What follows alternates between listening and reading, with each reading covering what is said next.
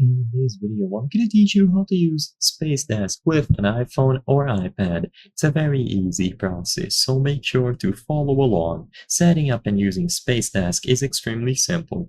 You will run the driver on your Windows 10 or Windows 11 PC, and then it can be extended to other devices running the viewer. So the driver is only available for Windows 10 or 11. If you only have access to a Mac, then most likely this process will not work. Extremely unfortunate, but either way, download the driver for your main display and then download the viewer for your iPhone or iPad. It can be downloaded for free through the App Store. Once you download Spacedesk through the App Store, start by opening it up on your PC. So you will have access to the driver console. In here, make sure that it is enabled. With the driver enabled, the next thing that you must do is set up the communication interfaces. You can browse through other categories, other options here, settings, and so on, but this is all optional and down to personal preference, so I'm not going to spend too much time focusing on it.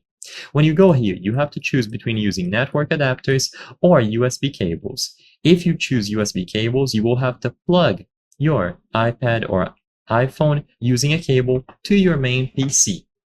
Alternatively, if you choose network adapters, both devices must be on the same Wi-Fi network for Spacedesk to work, so it's up to you if you want to do this process with a cable or wirelessly.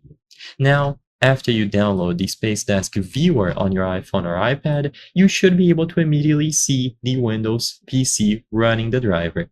If you are using the LAN option, it is going to appear here once both are on the same Wi-Fi network, or if you use a cable, you might have to tap this button here if it doesn't start automatically. So it is super simple to use. On the Windows PC, you can move the additional display around in relation to your main one, and you can choose the option to mirror your display or extend it. You can access quick settings by pressing Windows plus P. So I hope I was able to help you.